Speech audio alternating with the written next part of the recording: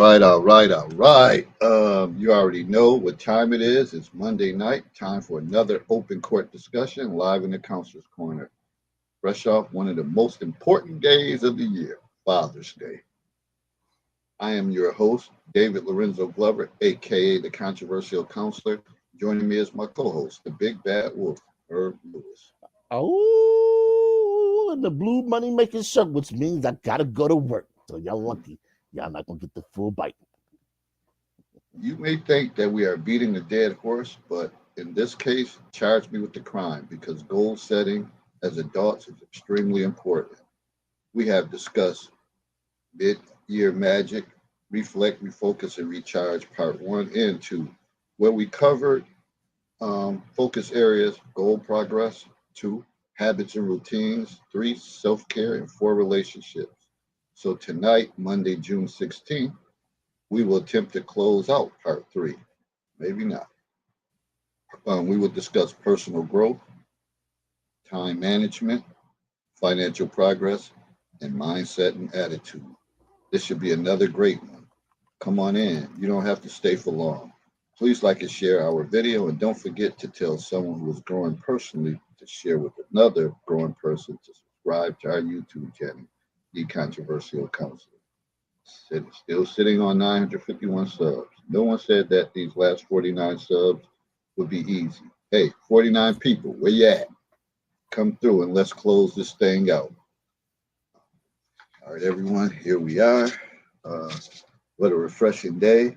School year 2022, 24, and 25, it's a wrap.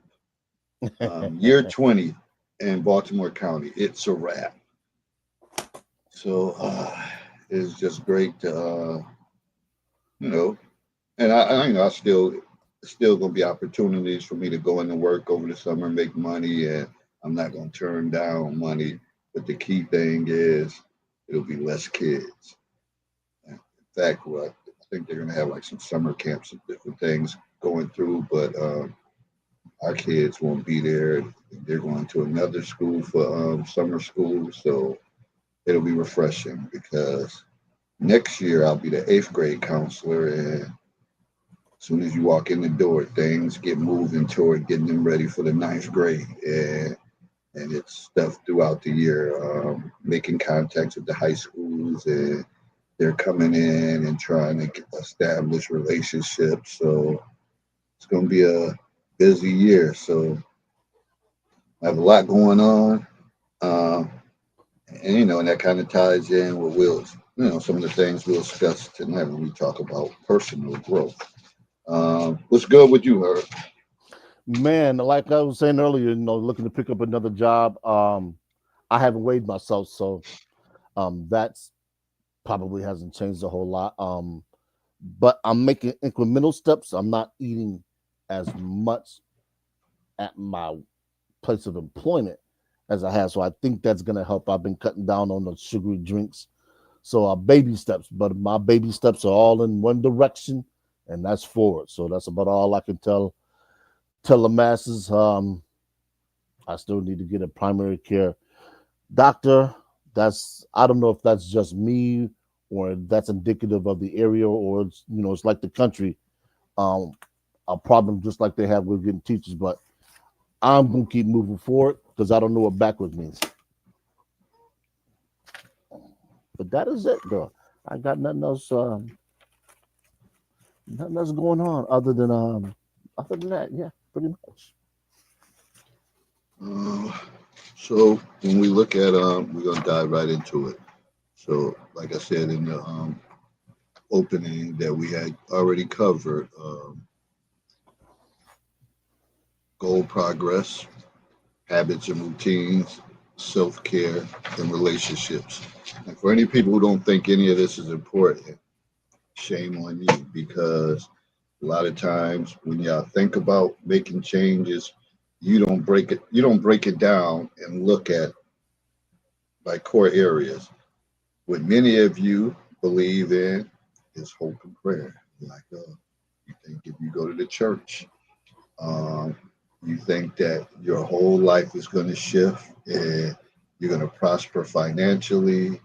Uh, You know, you think mentally you're gonna everything's gonna improve. Uh, you just think that's the answer, like someone above you is like the whiz or something's going to wave a magic wand and your life is going to change without putting in work. So one of the things why this is taking time because we want to emphasize and talk about these areas and give examples and show like it's not easy. Like some of the stuff is like up and down. It's like hit or miss. You could be rolling for 3 months, then all of a sudden something happens and you hit a tailspin. Just even as far as like weight loss and things like that. Doesn't take much to be thrown off your course. One of the things we always talk about, and they say that it takes 21 days for some 21 straight days for something to become a habit. And if you can get to that point, I mean, and I think it wouldn't be bad to have a calendar and start marking it off and checking your progress and like, man, Hmm. I'm at day 12. 9 more days, this is going to be like second nature. Like I'm automatically going to do it. I know sometimes things like that work for me once I start doing it. But if I hit a spot that it changes, then it changes. Then something else has to inspire me to say, all right, I got to get back on it. So that's why it's important. But when you look at personal growth, one of the things you want to evaluate your progress in developing new skills, building confidence, and overcoming challenges. We all have challenges that we have to overcome, and a lot of times you want to be able to measure it, and some things are not measurable, and those goals are hard to accomplish when you can't see direct results. So you want to make it specific to you. You want to make it relevant, and you want to be able to somehow find a way to measure it. And then that's when you achieve. Like we're going to talk about, um, you know, financial progress. You can measure that. You can see, damn, my stash is growing, and I'm spending less, and I'm doing things. You can measure time management. Like, where's your time going? Where's you spending your time? So all of these things, you need to come up with goals so that you can see it. But it has to be something you have to kind of get in the lab and internalize and kind of, you know, get in that zone to yourself and start talking to yourself like, damn, what moves I gotta make? What do I need to do? So when you think about personal development, one of the questions I would like to ask is, what skills and knowledge uh, do you want to acquire? What are some of the Oh things yeah. that you want to learn? What do you want to acquire? So I'm gonna pass it over to you. What are some skills that you are working on that you want to acquire right Ooh. Um. Actually, believe it or not, this platform gives me the opportunity to become a better speaker, whether it's publicly or privately.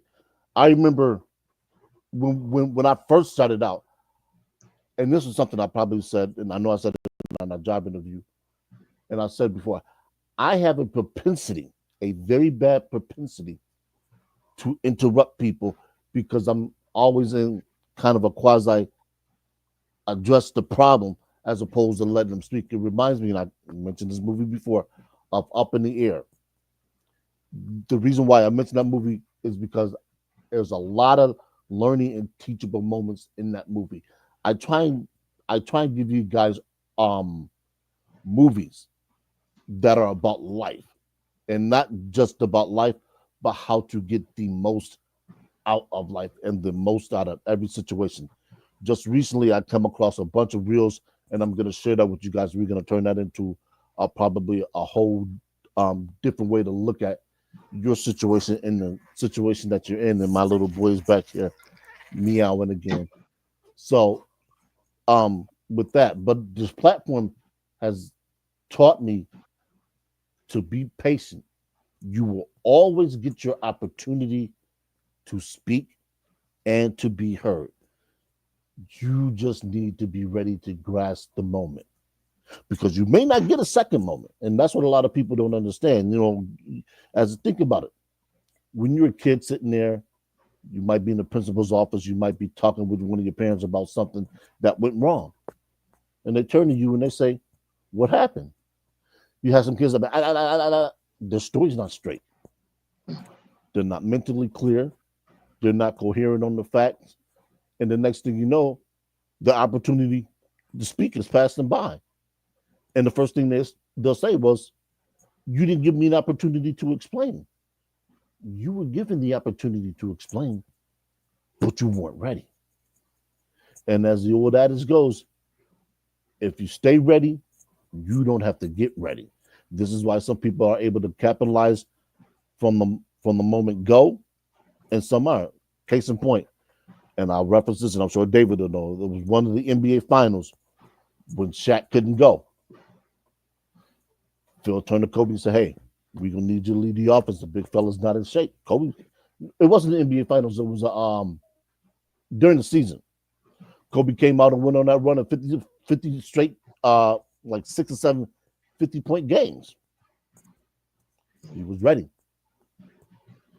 Phil came and said, "Hey, look, I see what you're doing, but we're gonna need you to dial it back because we're gonna need the big fella when the playoffs come." Kobe was like, "All right, I can do that." But and David says this: if you're ready, you don't have to get ready. And I wholeheartedly believe it. When the opportunity strikes, you got to be ready. You have to be ready. So I use this platform all the time to publish my public speaking. Stop. Stop. To hone into my public speaking. I want to get better at writing. I've always been terrible at spelling. Those are some things that I want to do because when I do that, it's going to allow me to write more. And I plan on doing a lot more writing, as I gain. I don't want to necessarily say experience, but I'm living through some things that I just see, and I'm just like, you really can't make this stuff up. Like you can't make this stuff up. Hold on, go play, go sit down, man. You already ate. So, um, public speaking, writing, of course, weight loss, and always trying to maintain an upbeat attitude. Because what I'm starting to realize in life is, no matter how good your plans are, something comes along and just knocks that all off course. It's like being on the SS Minnow, get lost on a stranded island. Keep the hope, keep the faith, and keep working. Whatever you do, don't stop working. Especially if you got a plan and the plan is working.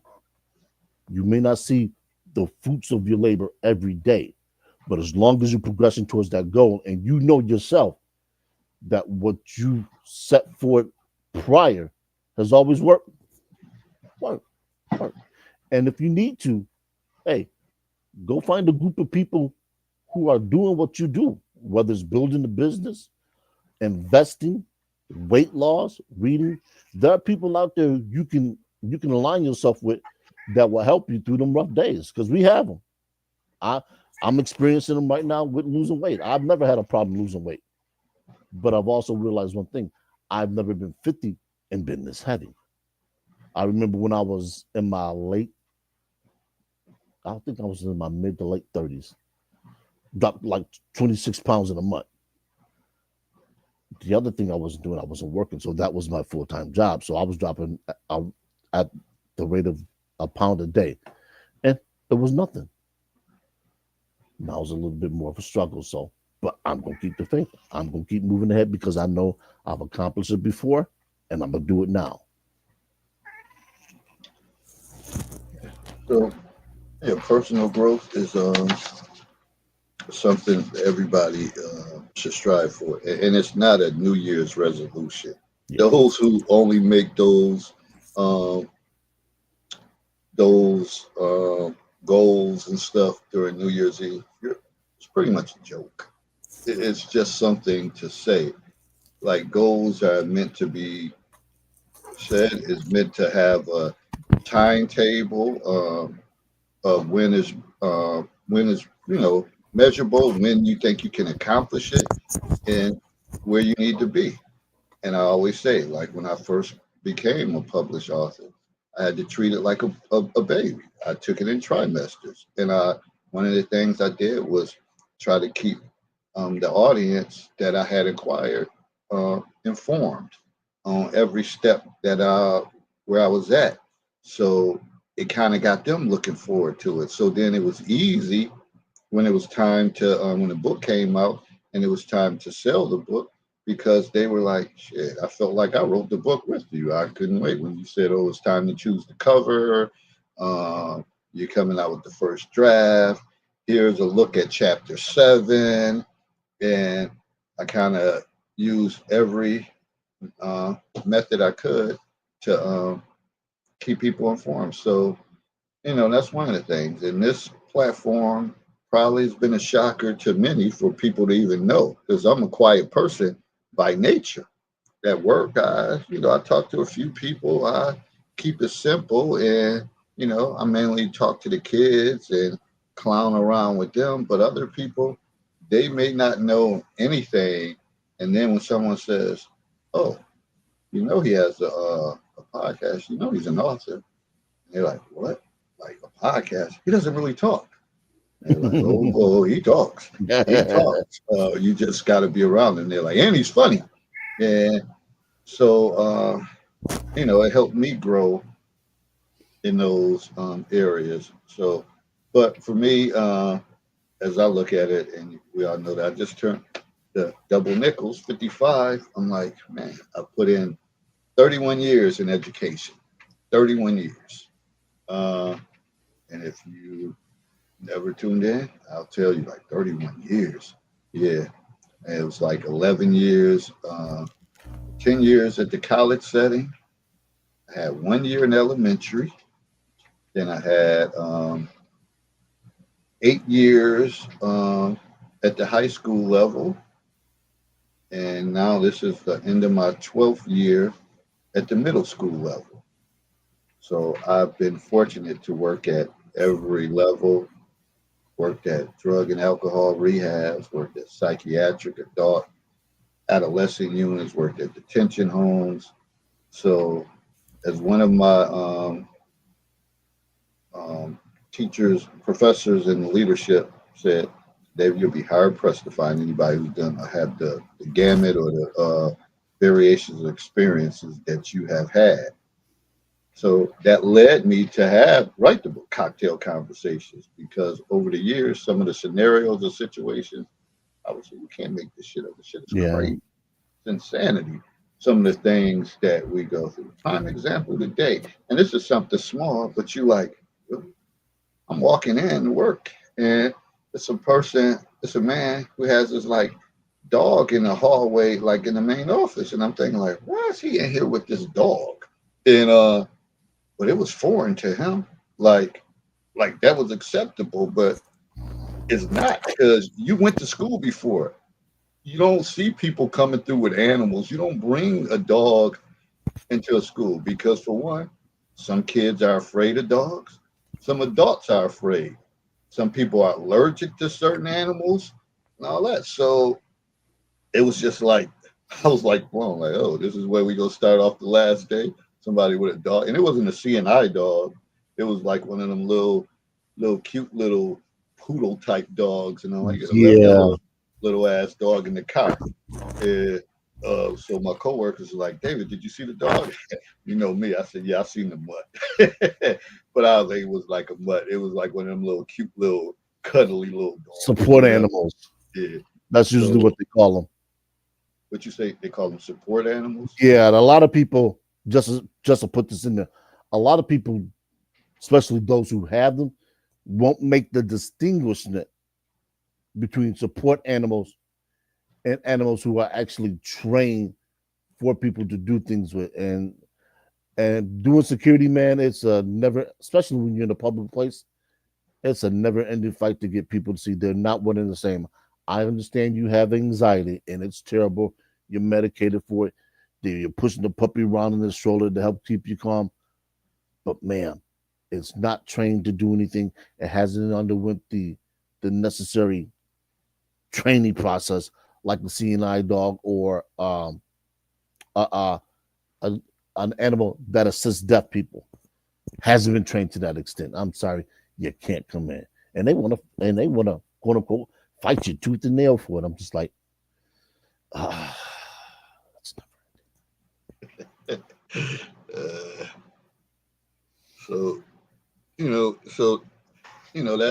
that's been that as far as personal growth, and like I've mentioned before on this whole um, series that we're doing, all I want to do, like I said, is get a sprinter, ride out, and ride out, and that's my plan. And make contact. I got some other things cooking, but I'm just trying to see if it's really cooking.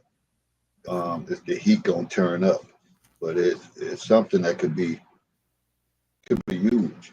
It could be it can make everything fall in place, but I just don't know yet. I'm still trying to I'm going through the process. So that's one of the things you want to grow personally, professionally every year. You want to be able to, as Herb always say, add to your toolbox. Because eventually you want to be that person that mentor people. You sit mm-hmm. back like, yeah, I used to do this. Okay, let me tell you. Let me call some of my connects and see if they still working. You want to be that OG that give people advice and say, this is what you probably need to do. And and once you get to that level of providing service for people, you know you have done well. Yeah, You have done well and you're respected and you feel good about yourself because if you're not servicing others or doing anything to help anyone in your daily life, then I'm not gonna stay in the damn bed because I don't know what would fulfill you other than helping others and making them happy and fulfilling their lives. There's nothing greater than those type of rewards. So just think about that when you think about your personal growth and your development and always be trying you should always be trying to develop and adding something to it. just one other thing I want to touch on that could literally kill any momentum you have or you develop is self doubt. We all have it at times. We all question whether we can accomplish something because it might seem monumental. Don't let self doubt stop you from trying. Even if, like David said, even if you got to pull out a sheet of paper and write your successes down, do that. Because when you do that, you're going to look at it and you're going to say, you know what? I started here. I got to this point. Now I'm moving to the next point. It's like the little train. I think I can. I think I can. You get to a point you say, you know what? I know I will. And when you get to that point, you're going to say, okay, you know what? You can take self doubt. You can lock self doubt in the closet. If not, just outright put it in the trash can. And people are going to say, how did you do that? You never accomplished anything before or noteworthy. And all of a sudden, now you're sitting here on this. And you're going to tell them, just like David said, you're going to be the OG. You're going to say, this is what I did. I knew it was going to be a monumental task. First thing I did was I put on paper what I need to do. Second thing I did was get my head right. Third thing I did was this. Next thing I did was this. And I put it all together.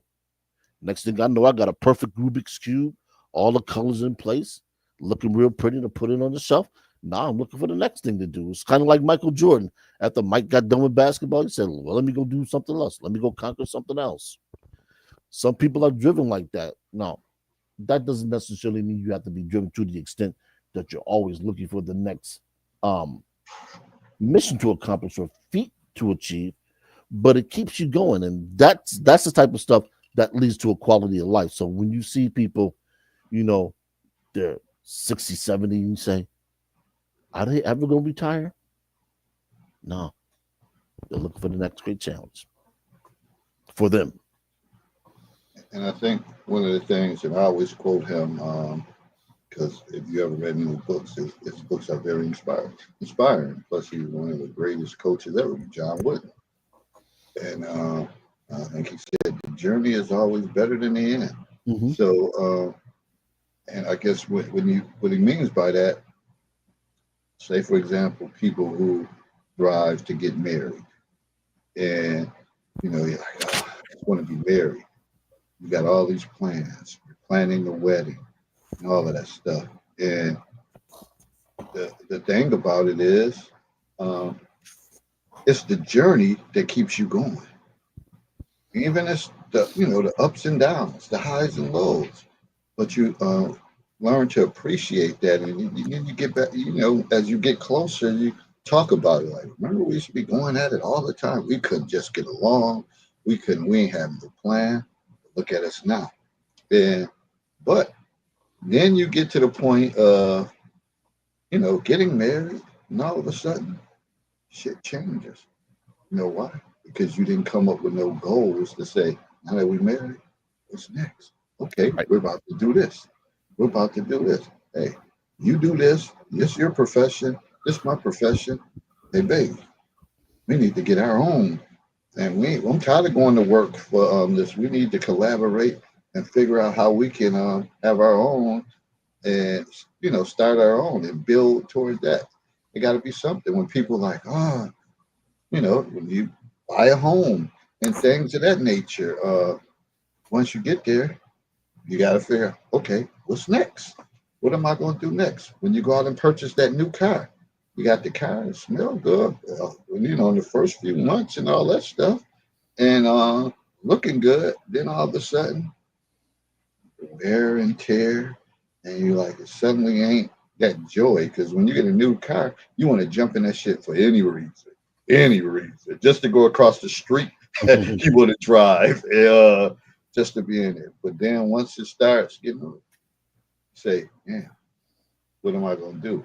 So I guess I'm trying to equate that in that the journey of getting to that point was great, but then when you got it, what's gonna happen next? And I think the great Michael Baisden used to say that it's like, people come together when they get married or they decide, oh, I have a home, you have a home. And then you finally get together. Then you're looking at each other like, okay, now what? Now that we did all this, now what? That means they worked towards that, but they never really had no other plan. So now they're miserable. Uh, and let me, I guess you could throw that aspect in it too. Yeah, when you think about relationships, Yep. sexually and all that, the journey for a man, like, damn, I need her, I want her, and he's pulling all the stops to get it. And I gotta be a little more. Yeah, I know that. That's the end result. You know that's what a man wants. Um, and then I'm not saying people go about it in a different way, but at the end that it's a reason why he wants to deal with you, and that happens. You go through and you're like, he's so sweet. I just love him. I just, I just adore him. He just does this. He does that. Then once it happens, and it happens on a consistent basis, and then things change. Things change. Maybe you change. He changed. Things change, and that would be a definition of sometimes the journey is greater than the end, or maybe the end results wasn't what the person thought it would be, or whatever the case. So these are the type of things that you have to think about. Like you always have to keep it going. Like, okay, what's next? What's next? Got to get back in that lab. It figure out how. Now that I've done this or we done that, what are we gonna do next? And fellas, I'm gonna tell you as a seasoned man, I played a lot of records. Sometimes it's okay to be a passenger. And I know, you know, depending on where you hang out, who you associate with, people are going to always tell you when it comes to women, lead the way, lead the way, lead the way. And there's nothing wrong with leading. There's absolutely nothing wrong with being number one. But I will tell you is this, like David said, once you get to that mountaintop, you plant that flag. What else is there to do with this individual? I mean, have you thoroughly spoke to this individual enough to where planting the flag becomes a secondary mission. Yes, I said it. It becomes a secondary mission. And people gonna say, fellas gonna say, well, shit, nah, the ass is the primary mission. Not if you want to build something with someone. Now, we older cats, speaking to your older fellas out there, if you truly, and I mean honestly, if you truly and honestly value the female you with,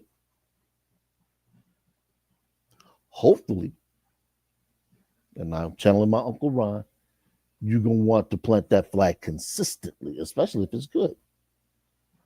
But the only way you're going to do that is to find out about this individual. And I'm not talking about her favorite perfume, flower, meals, what she wants out of life, where she is in her life. And this could be at any age. This could be from her late teens to the mid 20s or 30s and 40s. And how you two, more importantly, can help each other get what you both want out of life. And that's what a lot of people don't understand, especially when they get married. They think a marriage is, 50-50, 60. No, drop the 50-50. And I said this before. If the equation don't equal 200, throw it all away. You're wasting your time. You're wasting resources. You're not with the person you need to be because you guys are missing out. Lance will make them dance. Fuck with Lance Davis. Go ahead. Oh, you're misaligned. So find somebody you can align with. Find somebody you're willing to invest in and build with. Because I tell you what, when you invest in something that you can get a nice ROI, it won't seem like you're investing. It won't seem like you're wasting your time.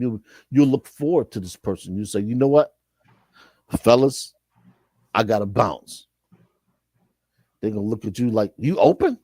Yeah, I'm open to this new opportunity. I'm open to this new endeavor. We got train tickets to travel across the country, something I've never done, something I've been looking to do. We getting on this port and we gonna ride. We gonna ride to the rails. The rails say we can't ride. And because these are the things that I'm looking to do as I get older. Broadway plays. I might even learn how to ski. I already ice skate. All of this. I don't know about that. I ain't seen no proof of that shit. But you ain't hear that from me. I have to come down here sometime. But matter of fact, I dug up the video. I thought I dug up the videos before. But anyway, I never, like I said, I heard your voice, but I didn't see you skating. I'm messing with think about it. You've worked all these years to get to this point, and who do you have that you can call and say, you know what, I've been thinking about taking this cruise. I got 10 days off. Can you get 4 or 5 days off? Let's go take this cruise. And you know what? It might be somebody you have a lukewarm relationship with. No, I'm not saying this female, you have to better. I've always told you, whatever you all do should be your business. But don't make sex the object. Just don't. Make it a fact finder. I'm sorry, fact finder. Well, you can make it a fact finder mission. And if fellas, listen to me real carefully. If she's uncomfortable with sharing a cabin with you, but she wants to go, pay for the cabin. That's right, pay for the cabin. And that's not a simp move. You want me to tell you why? Because you've already done everything you need to in life. I'm going to hope you've already done everything you need to in life to say, you know what? I can take this financial shot right here because I don't have anything to prove. And in doing that, she's going to have to deal with you in a different way. So when you get back, she's gonna say, you know what? I thoroughly enjoyed myself. And you're saying, how do you know she's gonna say that? Because she doesn't have a choice. Like Kevin Samuels used to say, he told the women, he said, when a high value man offers you the opportunity to do something, say yes. So guess what happens the next time you want to do something? You might want to go catch an opera, Broadway play. You call her up and you go say, hey, I got an extra ticket to, before you even finish the sentence, guess what the answer is going to be? Yes. When is it? Why? Because you've already set the foundation on what kind of man you are and what she can expect from you. I'll tell you fellas this. You have an obligation, not a right, you have an obligation to the women in your life to protect them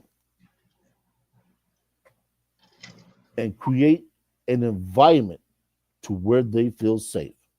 I've talked about the home. Your home should be so inviting that when she comes in there, she want to get butt naked. Not because she wants to have sex with you, but that's because how comfortable she feels. Some of y'all fellas ain't mastered that yet. You don't know what that takes. You wanna get between them legs so fast that nothing else matters.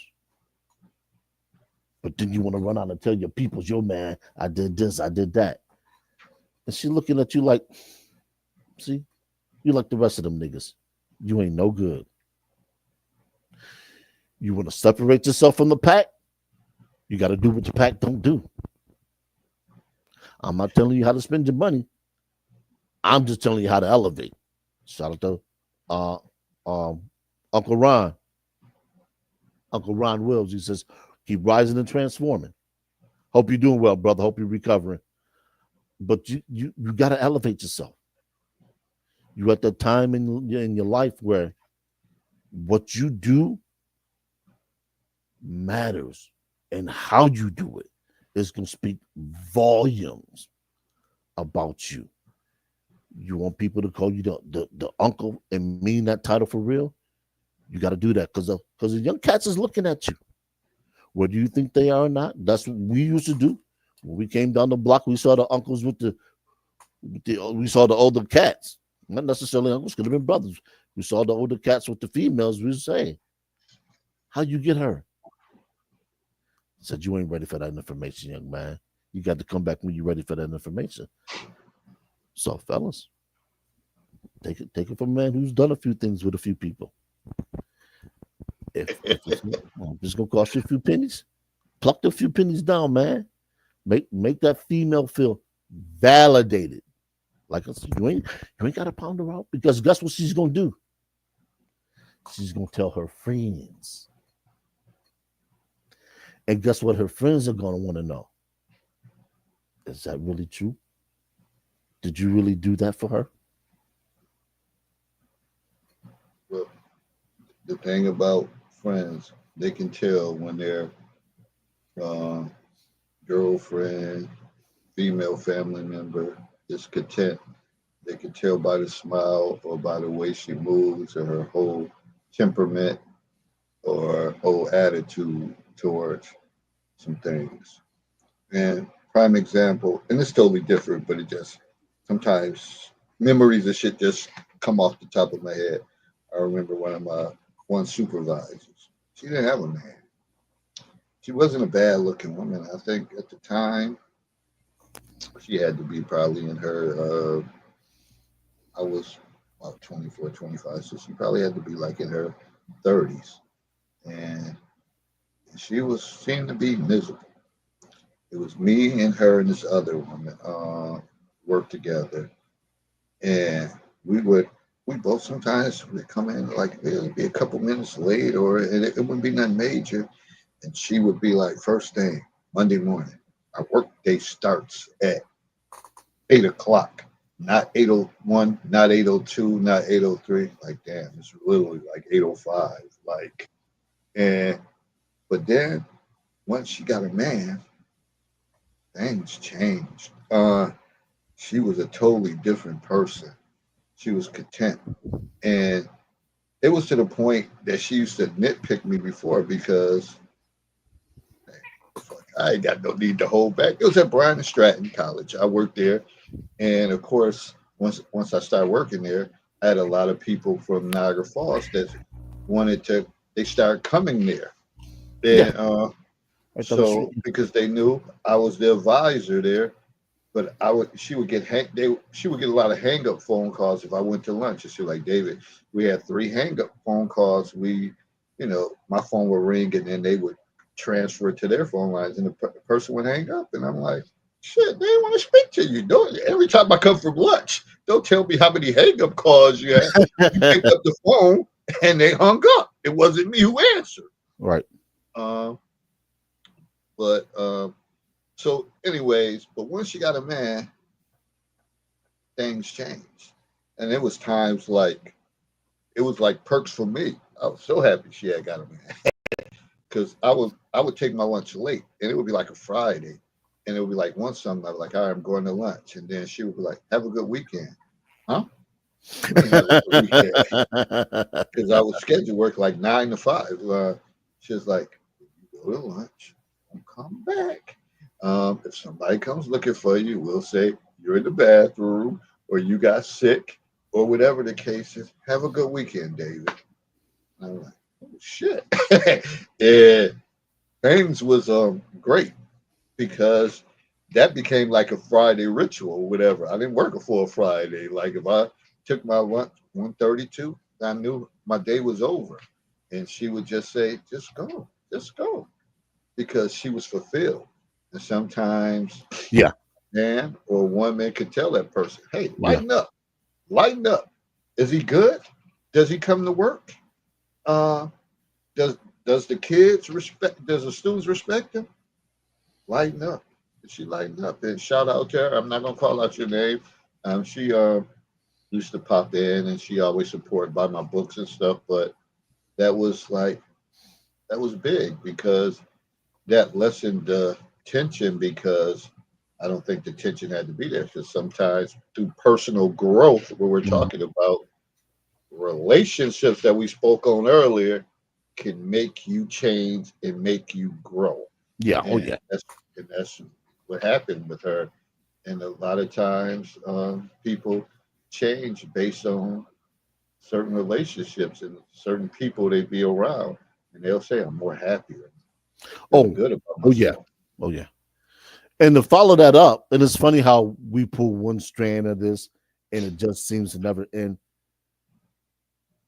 It's easy, especially in this time, to feel either undervalued or underappreciated at a particular job.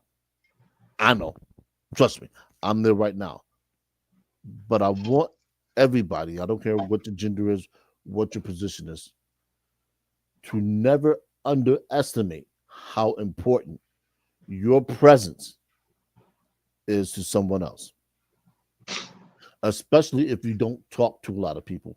Because sometimes people will see you and they'll see that you, quote unquote, wearing some kind of scowl on your face or you don't seem happy, but you always show up at work.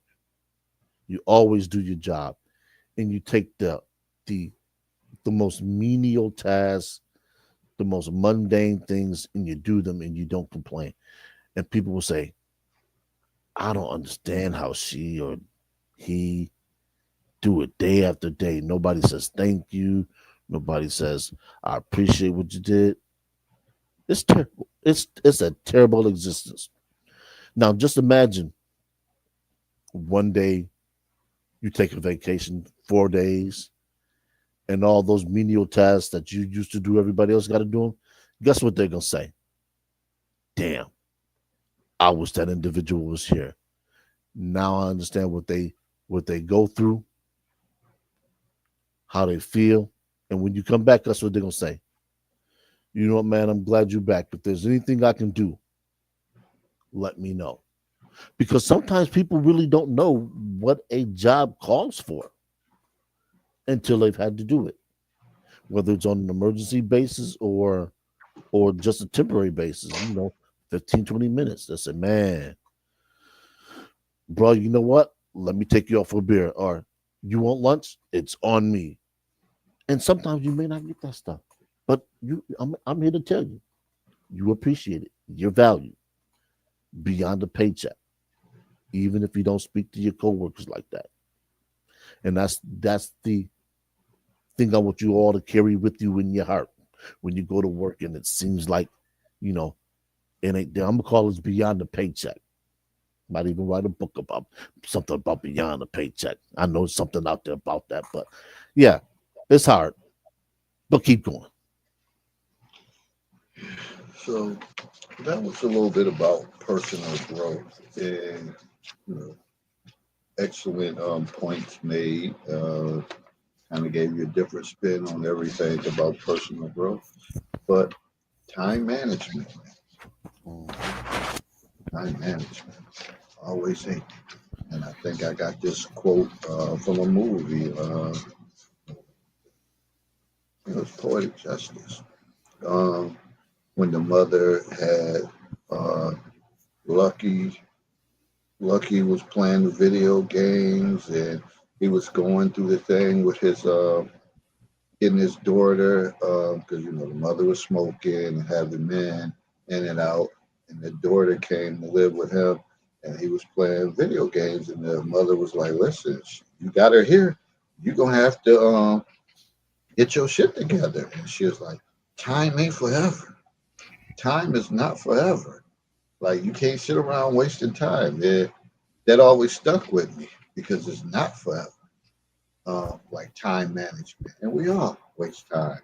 I'll get caught up. Sometimes I don't even turn on the TV when I'm locked in and I have to do something, but it's so easy to click on the TV and look like you know. Right now, I got the volume down, but I'll take a glance over to see what's going on in the NBA Finals. But time management is everything. So I'll tell you a little about it. Assess the management strategy. What's your strategies as far as time management? Identifying areas for improvement and optimizing productivity. Like, shit, were you productive during that time? Yeah. And the question that I want to ask that goes along with it, how can I optimize my time management and productivity? One of the key things. How do you do that when you know people, I'm dragging, I'm slacking, or I want to do this, but you let other stuff, you know, get in your way of doing it. How do you optimize your time? Big Bad Wolf, tell me about your time management. My time management right now is going to have to improve drastically. And in addition to that, my diet is also going to have to improve. So I think they're going to actually feed each other. But I'll go back to a time when I was on academic probation at Buffstate. I think it was my second year there, first semester, and I was like, okay. And they gave me the schedule, 24-hour schedule, chronicle everything you do. So they say for every hour you spend in instruction, you should spend 2 hours out of instruction. So well, yeah, I did that, and at the time I was taking a philosophy course, so I got introduced to Descartes. Um, drawing a blank now. I had already taken intro to psych, so Freud wasn't there, but Descartes. Why am I drawing a blank to all the philosophers? Um, anyway, and I remember one night just laying in the bed, man, and went to sleep. Woke up about 3 or 4 hours later with the book wide open on my chest. I was like, oh shoot, I don't ruin my schedule. But that semester, I end up uh, pulling I think it was a 3.1 that semester. I was like, okay, this shit really works.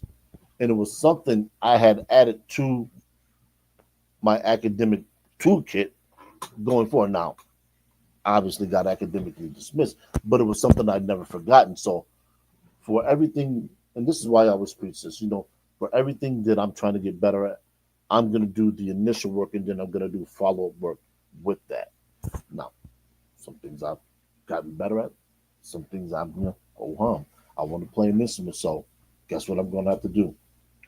I'm going to have to take all the stuff that I have and the most important stuff. I'm going to have to put it up front, and some of the other stuff is going to have to fall by the wayside. I have to work on it bit by bit.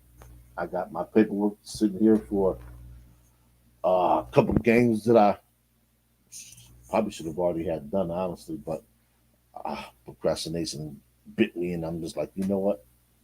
It's winter, and I'm not as productive in the winter as I used to be. In the wintertime, I used to kill a game, but not so much anymore. I don't know if it's because I've gotten older, I've slowed down, or some other things I've just taken priority because I've done a lot of volunteer work in my last since 2011. So we're looking at the last 14, 15 years, and that has actually taken a lot of time, and I'm proud of that. So I don't really feel that bad not having accomplished some personal goals because I've done a lot of volunteer work, whether it's run for political office or schools or whatever the case is. So that's something I always lean. Uh, that's something I always hang my hat on. But I'm gonna have to pull out that schedule. I'm gonna have to start writing things down, what I want, and how I'm gonna go about that, and the time that's gonna take. Because I'm gonna be working a couple doubles, so I'm looking at working from essentially probably 1 or 2 in the afternoon till probably 7 the next morning. That's all I got to get it in. That's not where that dough gonna flow. And I ain't having no damn standing between mine. So that's how I'm gonna have to do my time management. And I'm not gonna say I'm not gonna be successful. I'm gonna say I'm gonna be very successful. Yeah, and the thing, well, like I said, time isn't forever. So certain things that you have to map out, you have to do. And once you get locked in on your time, you have limited time for foolishness. Hmm. And a lot of people, that's all they want to bring is foolishness to your thing. You have to have a balance. I'm not saying there's always time for joke and play, and sometimes you need that. You just like, Yeah. I just want to laugh. I just want to laugh all day. Then after that, I just need a couple hours of it. Then I need to come back to reality and get back locked in. Hmm. And sometimes certain events, certain occasions allow for that. Uh, but overall, you have to again, when we talk about goals, so all this stuff is intertwined. It has to be something measurable.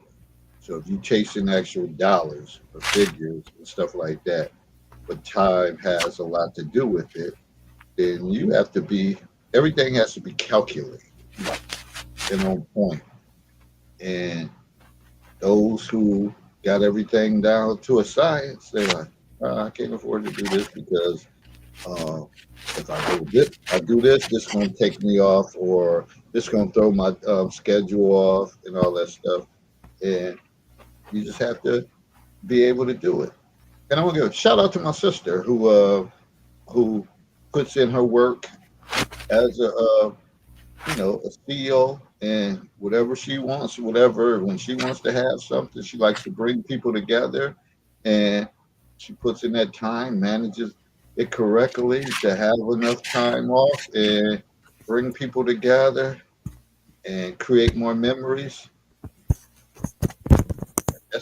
That's a skill set, and that's determination, and working hard and seeing the big picture. And not everybody can do that. Yeah. Uh, it has to be, and one of the key words that will always stand in place is discipline. You got to be disciplined. Yeah. That's where it starts. Sometimes you got to say no. Nah, I can't do that. And I knew even for myself when I was in college, it was easy. I mean, I went to a college right down the street from where I live, but my boys, when it got to Friday and Saturday, it was good. And I would say, oh, man, I got to write this paper. I can't do nothing on Friday. Hit me up tomorrow on Saturday, and Gonna write the paper Friday night, and then Saturday gonna type it. Then Saturday night I'll be ready to go. But you have to have the ability to say no. Yeah. This is going on. Yeah. I'm sorry, I can't do it because when you try to people please everybody, you pleasing them, but you're gonna be the one that's hurt Yeah. and It rem- wishing that, damn, I shouldn't have said that, or I shouldn't have. Too many times I said yes when I shouldn't have said. I should have said no.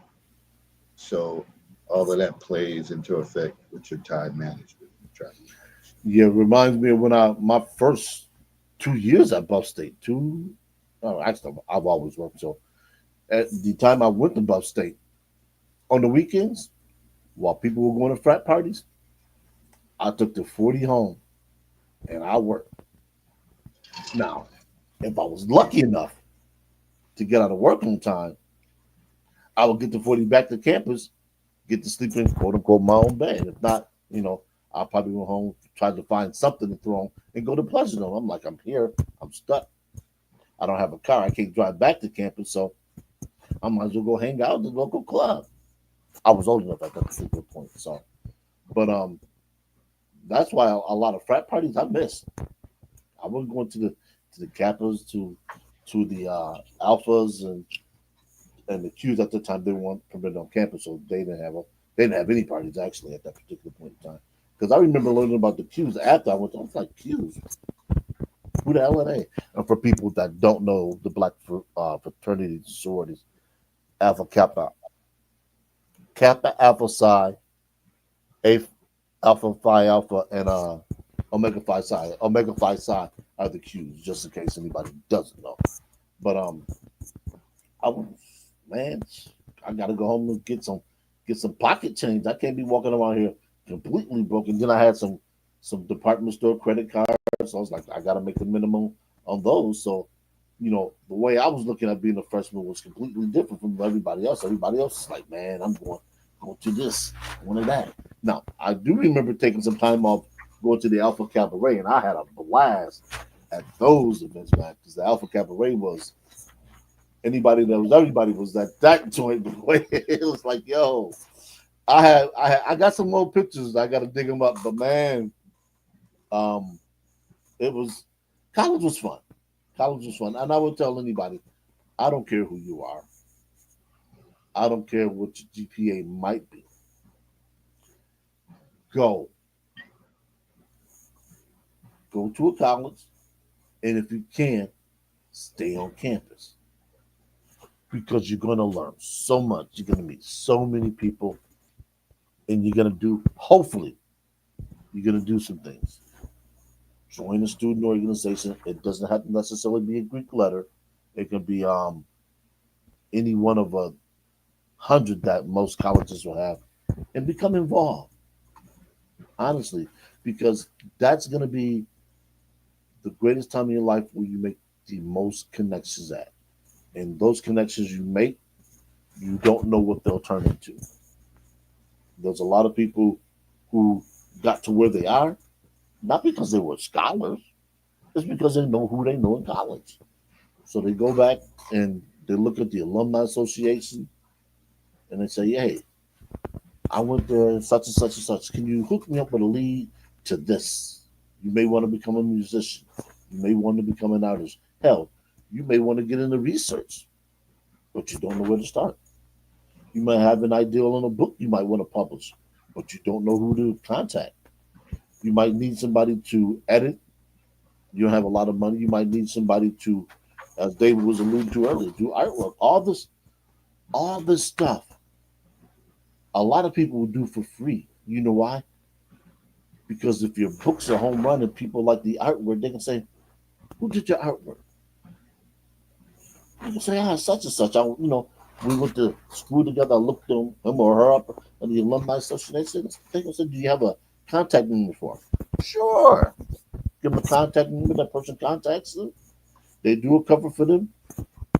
$3,000. So I mean, the opportunities are out there. The money's out there. don't miss a chance to turn over a stone, particularly if that stone's going to yield you some good results. The thing is, sometimes you just gotta, if you don't attend college, you may have to do some research. There may be some other programs, and maybe some programs that could lead you to trade, that you build a camaraderie with people, and those people you go to battle with over the years become longtime friends. We often talk about that. High school friends and all that, they come and go. But Right. it's when you do the trenches in college, because mom or dad ain't right there. And those typically become your long term friends. Mhm.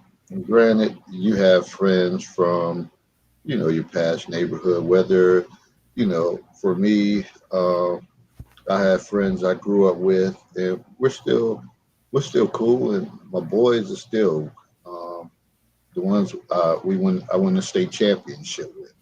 Uh, that bond will never be broken. Yeah. We Never. did something special, and we will always be connected with that. So what I'm saying is, you want to find people that you can connect the dots with, and that connectivity can last you a lifetime with certain people. They can move out of state, and you can be in that town and like, hey, I'm here. Yep. Oh, you don't have to get a hotel. What? You got a hotel? Uh, no, you should cancel that. We got plenty of room. Y'all come Yeah. over here. We're gonna do this. We're gonna do that, and everything was fine. So again, all this stuff is connected. I know y'all don't listen to nothing, so y'all won't even connect the dots. You're like, damn, they covered a lot of areas that was very prevalent in life, but time management is so valuable. And sometimes you just, you know, again, no one's saying that we don't waste time. I waste some time, and I'm like, God damn, all the time, but I could have knocked out this. Maybe I shouldn't have looked at this. Maybe I shouldn't have watched this Tubi movie. Maybe I shouldn't have watched this extra football game or basketball game or whatever the case is. But you got to have the resolve to say, uh, I'm gonna have to go harder the next day. So, do you have that extra gear to go harder when you say, oh, I'm taking a little time off, Yep. but tomorrow or whatever, I'm about to grind? That's the key emphasis. Do you have the ability to do that? If you don't, then it'll just be like you'll just keep wasting time. You'll fall in the habit of Yeah. not doing what you need to do. And that's when we talk about establishing routines, which was core area number two, habits and routines. Uh, Everything is connected that we talk about. We're getting through this because I know Herb got to go make that bread. Uh, and financial progress. Some people are geniuses at that. They got it down. They know it all. They know the stocks. They know the crypto. They know how to make money. They know how to invest. And sometimes you want to learn that. And I always say the biggest format is for the people who know that is to develop workshops or something to school people on that game, because it's not an easy game for everybody, because shit, they came from chaotic environments that nobody ever had this or had that or whatever the case is. So financial progress is and sometimes you can have financial progress because the job that you work at. You might be limited to certain hours. There's no opportunities to say, hey, I'm gonna get an extra, I'm gonna work overtime to get an extra couple $100. Sometimes you just stuck where you at. But then you have to be someone that create opportunities for financial progress. And it's a work in progress for many of us. I'm not sitting here saying, oh man, I got to do it. I got this, I got that. And I struggle with it too, because uh, it's hard out here. It's hard out here, and just in education alone, you don't you don't get those opportunities. You can work, you can stay at school to 7, 8 o'clock. That's Yeah. just on your time. because it's not like you're getting paid for it. So, but you have to come up with other ideas and other gimmicks and other stuff to increase your financial progress. I'll pass it on over to you. Oh, Yeah, I mean, there's not much more that can be added to that. But as I said, probably the struggle is going to exist. Now, how you handle the struggle will probably say more than your success, because although the road to success is generally the same, the steps taken may not be the same. Let's say let's say you have a disability, um, a physical disability that keeps you from allocating more than 16 to 18 hours a day towards anything. So let's say you got dialysis, so you spend, um, you go to treatment 3 days a week. It takes however long, and it cuts into your 24 hours. So you're working with a group, and they're always consistently ahead. You say, oh, I can't keep up with them. Ooh, don't. But understand, if you set a goal that incorporates your treatment, then your path to success might be delayed, but you will get there. And sometimes we have to work at a slower, consistent pace.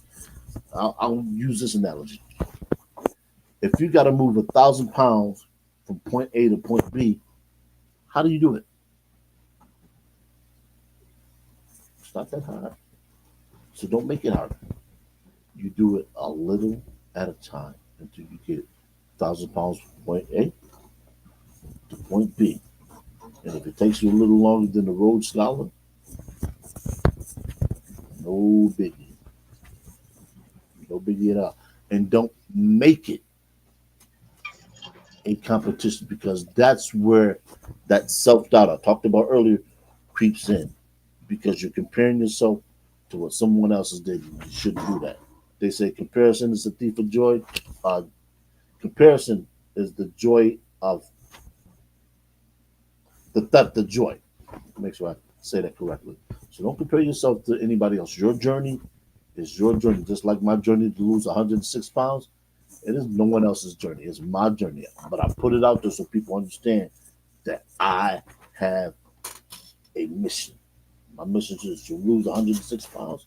And although you may not walk that that mission with me, I'm gonna keep you plugged in as much as I can. From the food I eat, I probably won't be getting a whole lot of sleep, so that's gonna impact. It's gonna make it a little harder. But I'm telling you, I'm gonna get there, because I only know success. I don't know failure. Failure and me are strange bedfellows. Success, failure stays outside of this house. Success is the only thing that comes inside this house. Now, that doesn't mean everything that comes in this house that I do, I'm going to be successful at. But that means I'm not going to give up. all right. Last thing is mindset and attitude. Reflect on mindset and attitude, identifying areas for improvement, cultivating a positive growth oriented mindset. And one of the questions that we go to that is what mindset shift or attitude adjustments can help me achieve my goals? So when you think about mindset, we always talk about mindset is about, some people, you know, meditate. Some people may use religious services for their mindset. Some people may, get into a, become like a, get in the cocoon, the shell, and kind of stay to themselves to change their mindset. Some people realize how to cut folks off.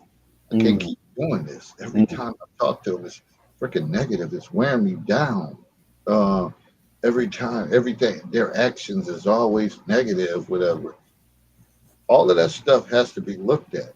Now, when you're younger, that's your learning experiences that you're gonna some people you're gonna keep around because they may be popular. You may be riding on their coattail or whatever the case is. But sooner or later, when you get older, you have to become your own individual.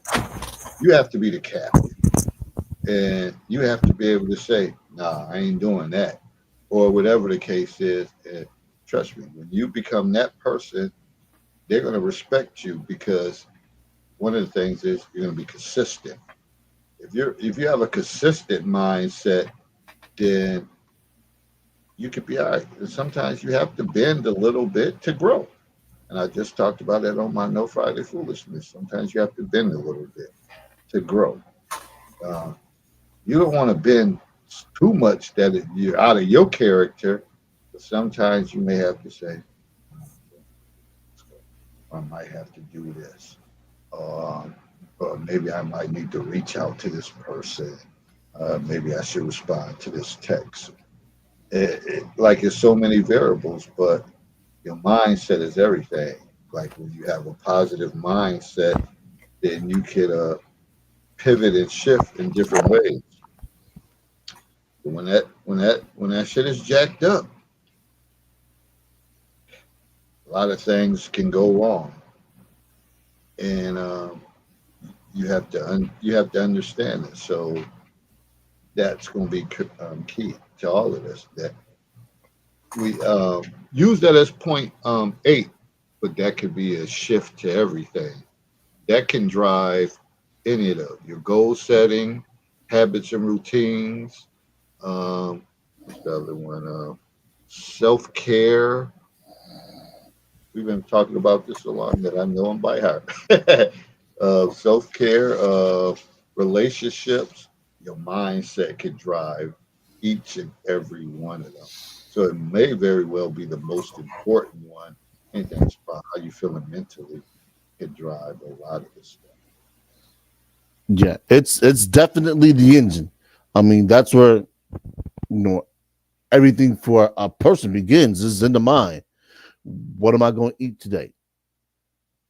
How am I going to get to work? And if you have multiple methods of getting to work, what am I going to do after work? What am I going to eat after work? Friday. They're going to want to go to happy hour. Do I want to go to happy hour? All that stuff starts with a thought. It's a seed planted, and whatever seed you take care of most, that's the one that's going to germinate. Like David said, you might have to cut some people off or cut time spent with them back because hey, I got a test to prepare for. They're talking about going out. I can't do that. I need to get this test information done, memorized, so I can walk in there and kill this test. Because if I kill this test and I advance to this course, that's gonna put me in line for a $15,000 a year raise. And Nah, my money's on the table. let me say this. Let me say this. Let me let y'all in on this secret. Anybody ever, if there's something that's important to you, and any of the people that you roll with try to convince you to do otherwise on something that you value and you're working towards it. Oh no, you can do this just for an hour, just for 2 hours. You can do this. You can do that. That I don't know. You might have to question that. You might have to question that because what they're looking for is temporary feelings or relief, and that's not always. It's not cool. Not cool. They're looking for a temporary solution or a fix. So if you stern on something, or you in school and you say, "Oh, I got to take this test," or "I got to get up and go to work early. I'm trying to work these extra hours," and they trying to get you to do other things, especially as adults, then you have to. Those are the individuals you may have to say. I have to look at them side eyed. Like, damn, are you for me or against Yeah, and they're out there. Saboteurs, kind of like crabs in a barrel. They don't want to see you progress because that means they're going to lose somebody, or that means they got to work harder than they want to. So, and I know Herb has to get ready to go. So we covered this. We knocked it out. And before we was at a slow pace, but we're gonna move on from this subject. But you gotta understand, it'll never go away. These core areas. They'll infiltrate a certain aspect in another subject. So, Herb, any closing comments you have about these core areas about like annual goals, yearly goals? Review, review as necessary, and treat it like you was a captain uh, in a sailboat. You got to tack into the wind. You might have to divert resources to something that you're doing better in. So let's say, you know, you're studying for a position, but you got something over here that you're doing well. What means more? What you're doing over here or that position? Because you can always come back to what you're doing well, but that position is only open for a certain amount of time. So you got 3 weeks to get the material, study, pass the test, and then you can go back and shift more time to this. There's always a balance. Find that balance and ride that sucker like it's the third rail. My closing comments, all of these core areas gonna be around and you probably can implement them to many subject areas. Anything you see on social media, the reels, the posts, and all that stuff, you can go back to the core area and say, damn, where did this fall under? Uh, and you'll realize that it may fall under everything that we've been talking about: goal progress, habits and routines, self care, relationships, personal growth, time management, financial progress, and mind and like mind shift and attitude. It's there. All this stuff intertwines and it connects. And it's up. The best ones who handle this is the ones who can handle um, people who do puzzles. I forgot the name of it, but you connecting dots, you putting puzzles and pieces together. And if you're someone who can excel at that, then you can equate this to every aspect of life. So with that said, I'm about to get out of here. The big bad wolf is about to head to work. It's the third quarter. Indiana's trying to make a run at OKC. I'm going to do that tomorrow. I gotta get up and go to work at the schoolhouse. I got other things to do, so trust and believe. That ties into that too. It ain't over. It's not like I'm be sitting around eating fudge and chilling and all that stuff. I'm still gonna be on the grind because you know what? That ties into my financial progress. I still gotta grind it out. So that's that, people. Appreciate you all for tuning in. Stay locked in on the shorts to this, and we out. See you next time. On to the next. Peace.